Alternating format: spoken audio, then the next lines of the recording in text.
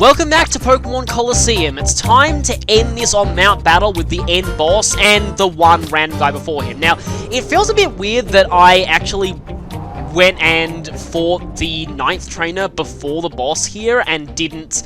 What I really should have done was fought all the first 9 and then gone back and saved, but I don't know, because this way, if I fail to snag the Shadow Pokemon against the 10th opponent, because, spoilers, they have a Shadow Pokemon, then I have to refight the 9th one, but the 9th one is pretty easy. So, anyway, I'm going to use the 9th opponent here to talk about my strategy going into this boss, because this boss is very tough if you're unprepared. Not only is it quite powerful of an opponent, but we've also got a very powerful, very hard to snag Shadow Pokemon coming up, the first true boss Shadow Pokemon.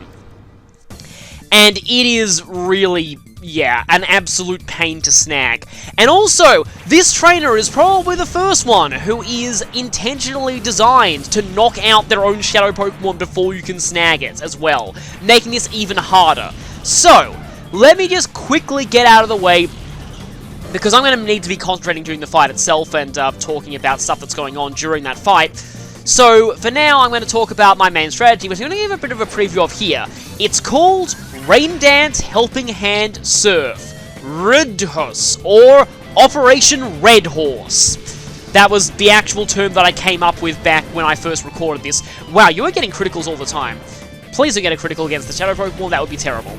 But anyway, Operation Red Horse. So, I figured that the best way to stop this boss from KOing his own Shadow Pokemon was to quickly knock out as many of his Pokemon as possible before the Shadow Pokemon enters the field. So, the main gimmick of the next boss is that he loves to spam Earthquake. Earthquake is basically his signature move. He's going to use Earthquake and use Protect on the other Pokemon, but that's fine. I'm just going to use a Helping Hand and Surf and hopefully just smash down whatever is not protecting in one shot before they can really get a chance to survive to see another turn. And for Helping Hand, I have to use Espeon. I kind of wish Umbreon got a Helping Hand, but I have to use Espeon for it, so Espeon is a little frail and will be taking a lot of damage from these Earthquakes. So, that's basically what's going to happen going into this next fight. This guy's Shadow Pokemon is weak to Earthquake, which is the problem. And remember Gen 3 Double Battle mechanics. It will be coming out immediately once it's available and will often eat an Earthquake right as it enters the field. I'm going to try and stop that. But anyway, here is the boss. And he's interrogating this guy, who I can only assume is Vander. How dare you punch One-Eyed Zex Vander? I mean, anyway, punching someone in a Pokemon game is just pretty extreme.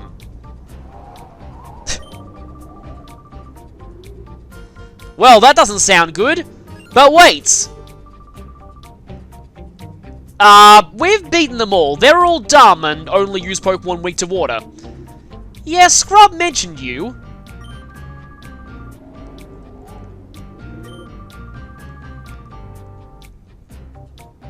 Well, we'll see about that. It is time for, well, our first real Cypher admin fight, Dakim. This also means that we get to hear the full version of this song for the first time, which I've been looking forward to a lot. So, Metang and Golem. Both know Earthquake. This is going to be the main gimmick here. One will protect, and the other will go for the Earthquake. I'm really hoping the Metang protects, because Golem is probably going to die to a Helping Hand boosted Surf. So we've heard this part of the song before, but just you wait for it. It's going to get a bit different soon. Okay, firstly, I'm going for Rain Dance, just to increase my Surf damage, and Reflect to lower his Earthquake damage. That's another good part of this strategy.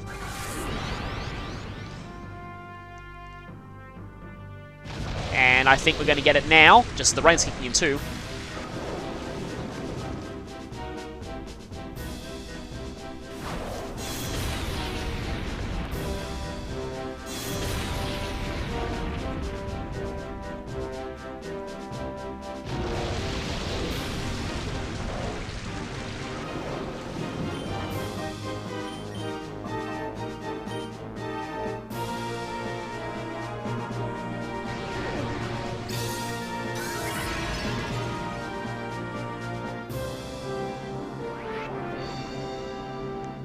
This part of the song always gets me pumped up, so yeah, pretty great. So Dakim likes to alternate Protect. Generally, whoever didn't use Protect last turn is going to be using it the next turn, to capitalize on Protect having maximum success rate if you hadn't used it the previous turn.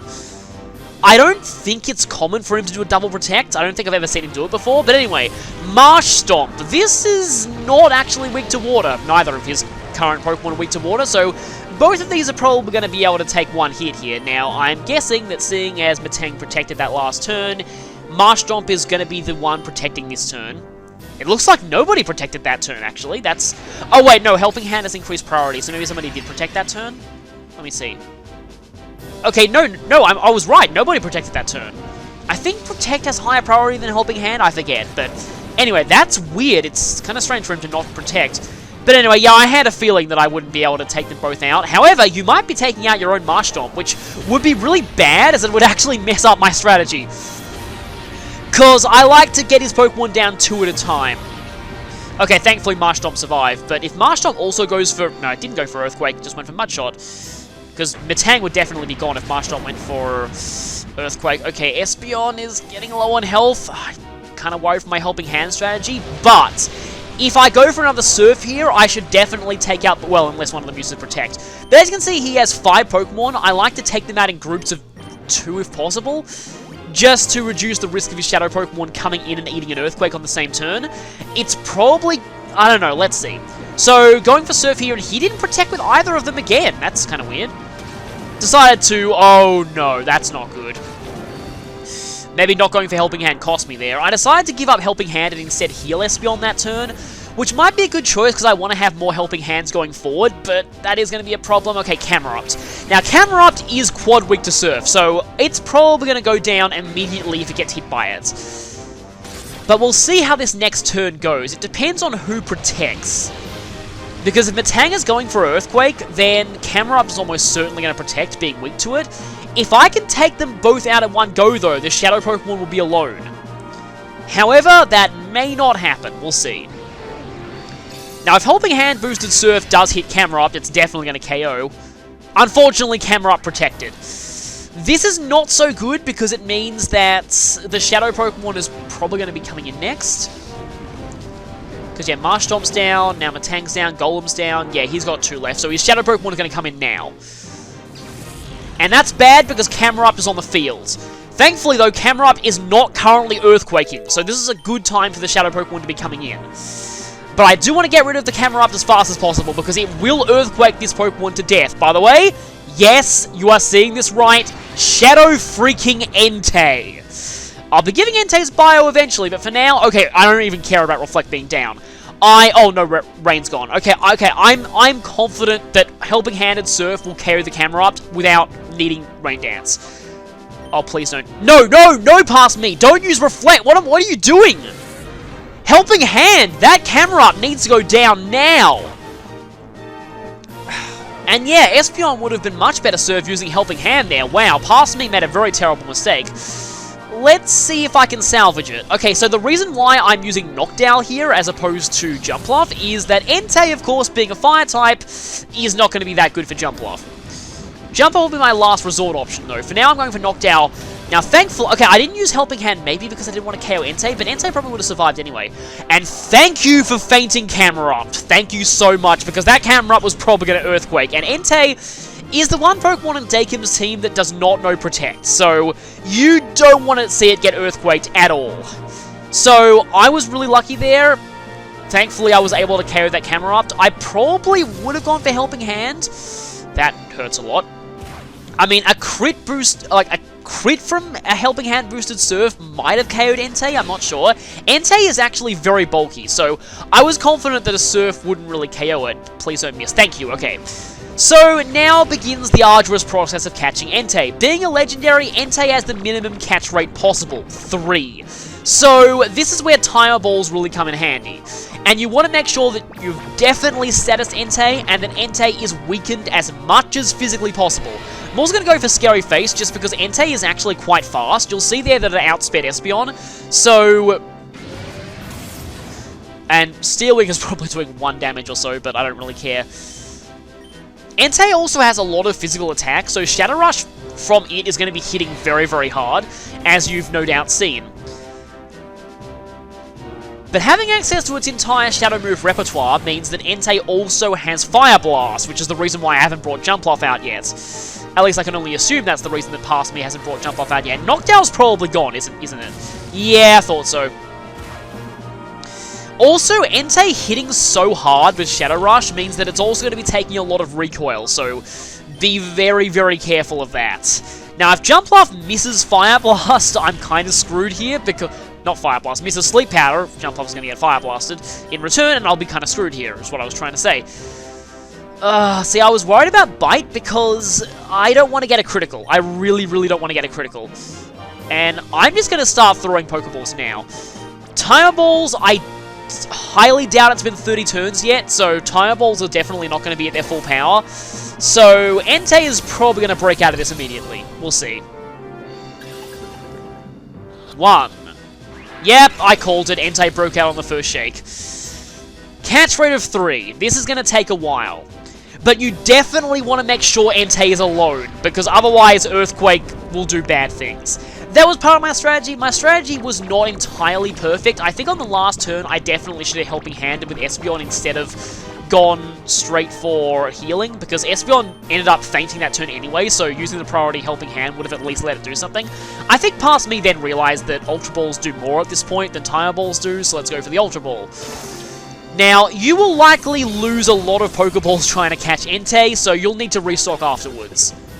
1. Yep, of course. 1 shake again. You're going to be seeing a lot of 1s here. At least you get to hear more of this awesome music. But yeah, I'm kind of proud of the strategy that I used here, Operation Red Horse. It pretty much succeeded. Like I said, it didn't go quite as well as I would have hoped, and that one turn where I probably should have gone with the Helping Hand, that one turn that Marshtomp ended up surviving, because if I'd known that, well, basically, if they'd both fainted, I wouldn't have needed to heal Espeon, because I wouldn't have got hit that turn anyway. Might have needed to heal Espeon later, I guess, but I kind of feel like I would have gone with Helping Hand if I was doing this now, but that turn, but I do really like the Rain Dance Helping Hand Surf strategy for this fight. Really helps that a lot of Daikim's Pokemon are weak to water. Of course, that also includes Entei. Another Snag Ball. This is probably not going to catch. If this keeps going on like this, I might just cut ahead to when Entei is caught, because you kind of get the drill by now. 1, 2, 3... Entei get! That was surprising! Didn't even need to cut ahead at all. In Gen 3 competitive play, Entei was usually considered one of the worst, if not the worst, legendaries in the game. However, this is not competitive play. For getting through the main story of Colosseum, Entei is amazing. It has great stats all around. Good speed, great HP, very good attack stat, and not terrible special attack, especially by the standards of this point. It also starts out at a whopping level 40, which is probably higher than anything you have at this point. It does have a very big heart gauge, but we'll soon be getting a way to remedy that. As for moves, Shadow Rush is sadly one of the best physical moves Entei will have, period, so it may actually be worthwhile to hold off purifying it. Leer and Bite are both pretty much useless, but Fire Blast is a great move. Its 120 power goes some way to making up for Entei's special attack being not quite as good as its attack, but even then, 90's base special attack is not bad, and Fire Blast will be hitting very, very hard against most things in this game, especially when backed up by Entei's Purification move, Sunny Day.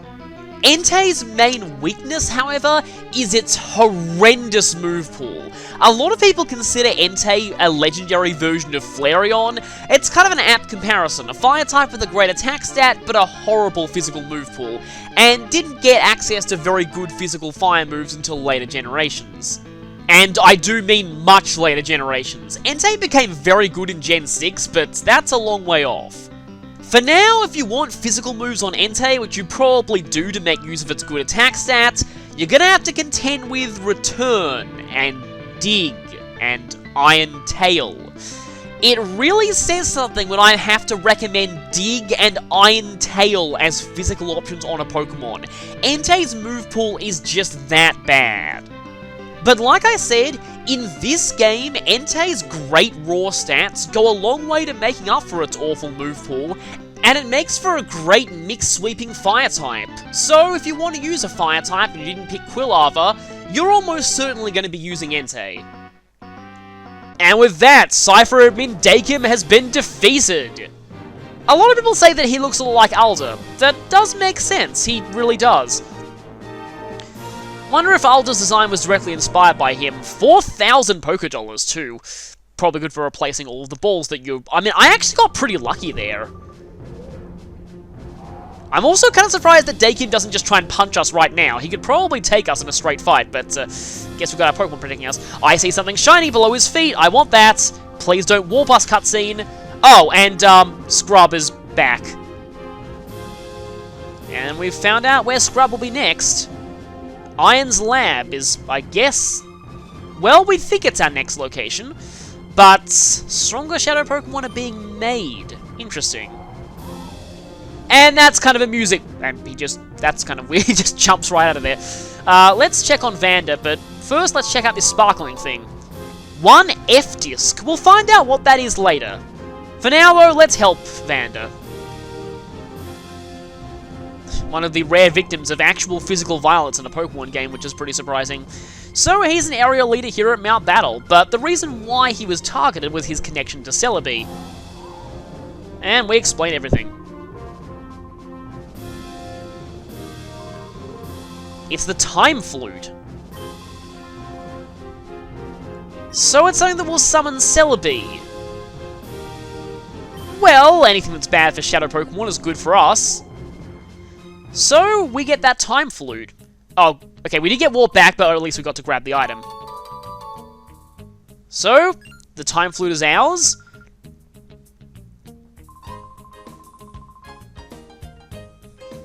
And it seems like it'll be able to save Shadow Pokemon, so that's good. Also, this item chest has just suddenly appeared.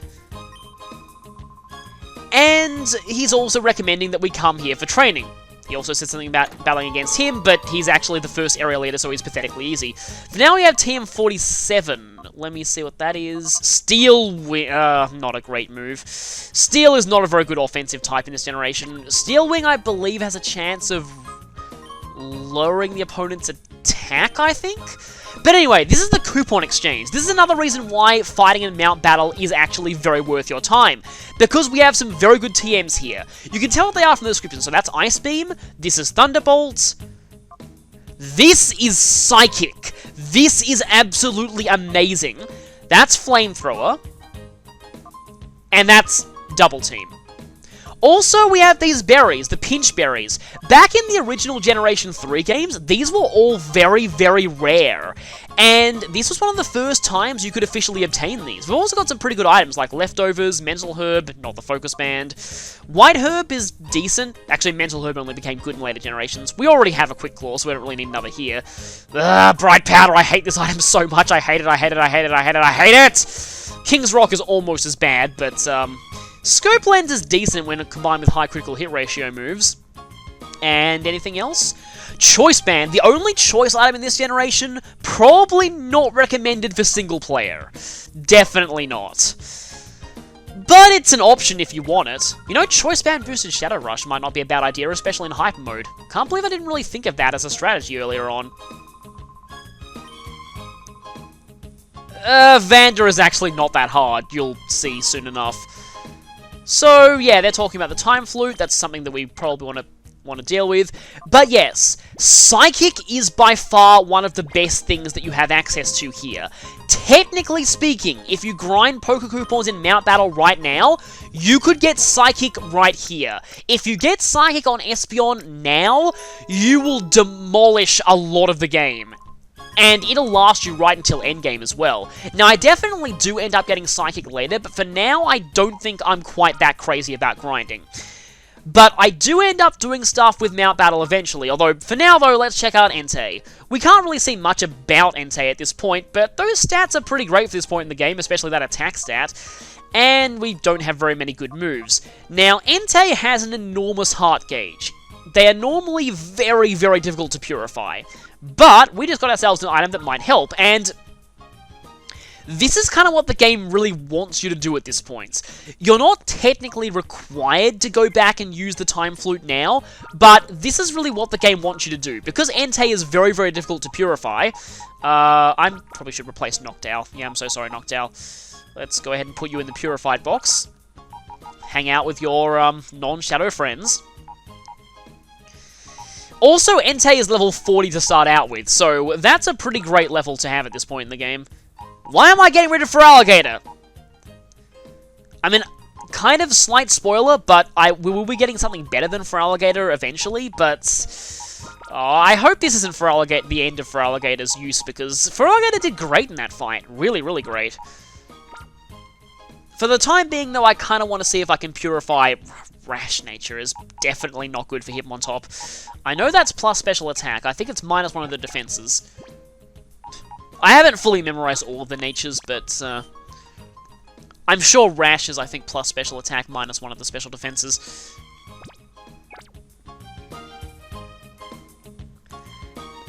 But anyway, should also mention, though, if you're not in the mood for a battle, don't talk to one of the trainers outside here. That Jogger, I think, actually battles you now, so yeah, just bear that in mind if you don't, because especially since you don't get healed after Dakin, so... If you forget to use the healing machine, also it's kind of cool how we get a different animation for the bike there. But now it's time to head on... Hi there. Yeah, okay, we need to go ahead and talk to Egan first. But we accomplished our mission, we got the Time Flute, and we saved Mount Battle.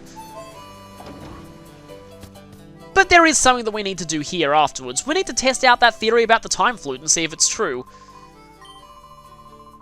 Yes, we have. I don't know what happens if you said no. Well, I mean, she only really identified Entei, but yep. We now have the Time Flute from Vander. And we've heard that we can use it at the Relic Forest, so let's go ahead and do that. Yes. More jokes about old people not getting technology. That's kind of funny. Anyway, let's see if the news is updated with reports of our victory. Oh, you're just doing the same old thing. That's kind of a shame. I kind of wish they'd covered a story on Mount Battle. But anyway, let's head out and go straight to Relic Forest, after talking to Baloo here. So, the game highly recommends that you train at Mount Battle. Here's another thing about this game. You are definitely intended to train at Mount Battle quite a lot at this point. Also, it looks like there's a laboratory in the desert. Yes, I wonder what they could be studying. It's totally not that Shadow Lab they mentioned earlier. Also, we'll be getting all those files labeled Iron, and that name was just mentioned in conversation with Cypher. Oh, okay. I think you're the one who gives us the cologne case. I forget if you were here before or not. I feel like you weren't. So, now we get the cologne case. This is an important thing for purifying Shadow Pokemon. If we put a scent in that case and give it to them, that will increase their heart gauge a little bit. I think it's also been said that colognes slightly increase the happiness of non-Shadow Pokemon, but I don't know if that's true or not. But it's kind of weird that you're saying fidget, fidget. But we have a Time Flute, let's talk to this guy about it. So we can use it to call Celebi. Now, while he says you can only call Celebi once, what he's actually saying is that the Time Flute is a one-use only item. But there is more than one Time Flute in this game, so don't worry.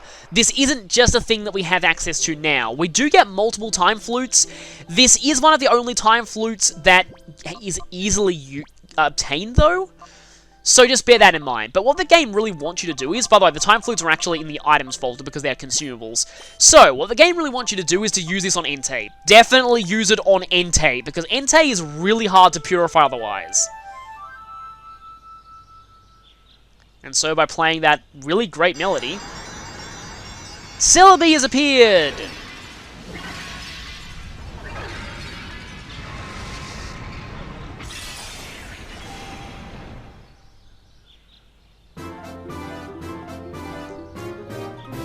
Yeah, you guessed it. The Time Flute is basically a one-use Purify Pokemon free card. Of course, we don't get any experience points because we've never used the Pokemon at all before now.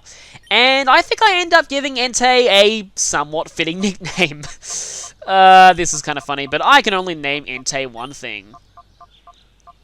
Entei shall now forever be known as Dan Green! Who I'm pretty sure voiced him in the third Pokemon movie, and yeah, was amazing. I actually met Dan Green at a convention. He was actually the first major voice actor that I got an autograph from. Definitely one of the best voice actors at 4Kids at the time, and don't know if he's still with them or not, but yeah. But yes, Entei is now Dan Green! Bashful nature. That's not... I think that's neutral, I forget. Neutral is alright, but anyway, Fire Blast is a very great move to be recovering on Entei. 120 power for this point in the game, 85 accuracy is not that bad, and Entei is pretty bulky too. You might notice though that Entei without Shadow Rush has no physical moves on its moveset. You'll need to use TMs for that, and Entei's physical move pool is terrible, so that is one problem with it, but Entei is great for this point in the game. Really, really great, especially starting out at level 40, so I would highly recommend adding Entei to your party right now if you want, if possible, because it's great. Really great. So with that, that's really the main thing that I take care of in this part, but I guess I can take this time now, because what I think I do now is, I'm going to go and buy some colognes at the shop, because they refused to sell it to us before because we didn't have a cologne case. So I'm going to get a few of these scent items and just show off how they work on Hitmontop. Because some natures actually respond the best to scents. So I think that's what I end up doing. Let's head on over. And I think that person who gives you the cologne case doesn't show up until after Mount Battle, but I forget. Anyway, so now we can actually buy these.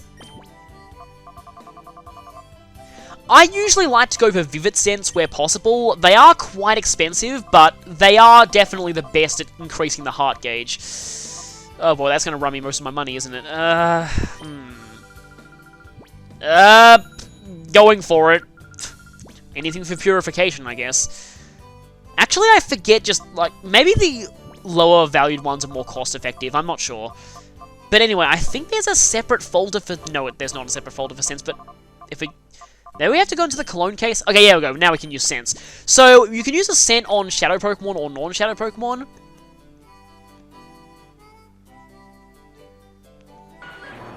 Yeah, that moment of silence actually is, really happening in-game. So, Hitmontop's heart gauge increased quite a bit. It only increased a little bit, but let's go ahead and use a few more scents. So while I'm doing this, I can probably go ahead and maybe take a screenshot of Bulbapedia and put it up here. The rate at which all natures purify in this game. So every nature gains a different amount of heart gauge from different kinds of activities that normally cause purification. Things like sending them out in battle, calling them, using a scent, going to the daycare. See, this is going up a little bit. So different natures like different things. And so, depending on the nature, Pokemon purify faster or slower. In fact, seeing how they respond to certain things might be a good way of figuring out their nature before it's officially revealed to you.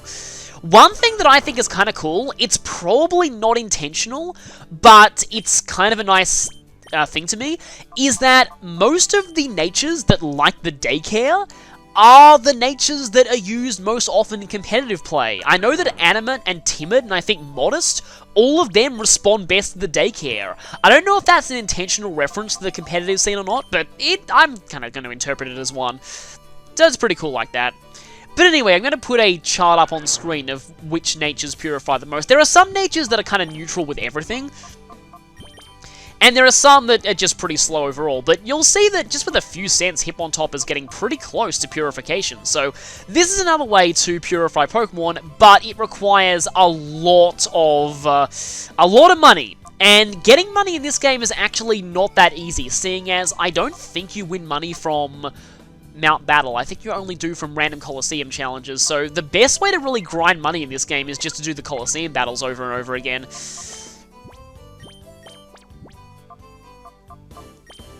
Maybe this 1 cent will do it? I'll see. Might require another one.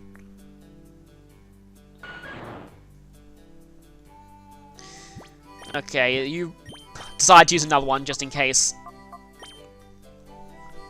Like I said, I'm not sure of the effects of Sense on non-Shadow Pokemon. Some sources say they increase happiness, but I'm actually not sure. Now that should have almost certainly finished your heart gauge. Yep, there we go, that's done. So I might be able to go back and purify Hitmontop now.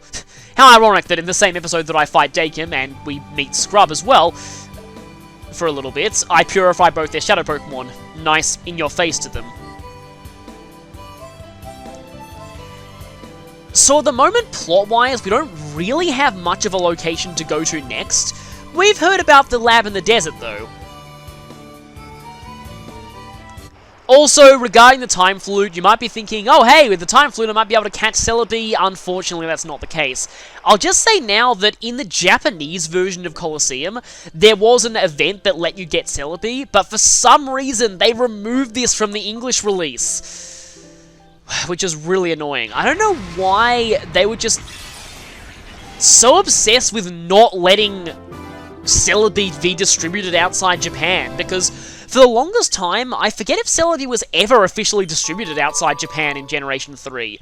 I know there were Generation 2 Celebi events, but Gen 3, I feel like nowhere outside of Japan ever got it, which is kind of strange. But anyway, Hitmontop has now been purified. So, Hitmontop, with its Intimidate ability, makes for a pretty decent addition to a team, but like I said in its bio, Meditite and Makuhita both outclass it as offensive fighting types in this game, but as a defensive fighting type, Hitmontop is pretty great. Hitmontop did get a lot better in later generations though, especially 5, when it got access to a lot of decent moves that get boosted by Technician, as well as Quick Guard and Wide Guard. Hitmontop became great in doubles then, but at this point, its move pool held it back a lot. There are a lot of Pokemon like that. For now, though, what I end up doing here is, at this point, I ended up withdrawing a whole bunch of Shadow Pokemon and going through the earlier rounds of Mount Battle to purify them. Now, like I was hinting at earlier, when I was going through the Cypher attack on Mount Battle, at this point in the game, areas 1 through 5 are pretty much beneath you, even for Pokemon of the base level that you get. I'm really serious. The early areas of Mount Battle are in the level 20s and have unevolved Pokemon. They're pathetically easy. You should definitely... Okay, I'm probably going to give the Black Belt to Kickface, hopefully. Anyway, though. Yeah, I definitely do. Don't know why I haven't given the Twisted Spoon to Espeon yet, though.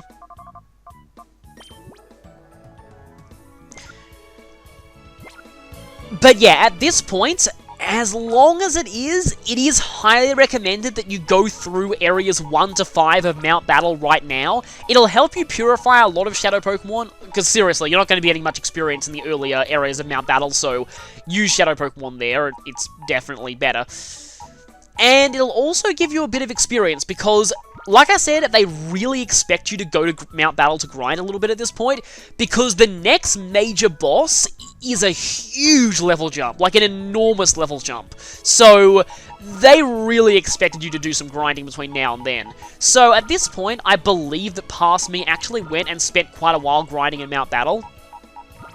Like I said, I'm thinking of only showing the area leader fights, but I'll probably upload that alongside another part of the main story, because I already had a big enough interlude between Agate Village and Mount Battle. I really don't want to do that again, so I feel like I want to keep the main story going a bit. From this point on, the main story actually progresses pretty quickly. I mean, really, really quickly, so that's at least something. But anyway, like I said, I'll see you next time for a little bit of Mount Battle action, and then main story.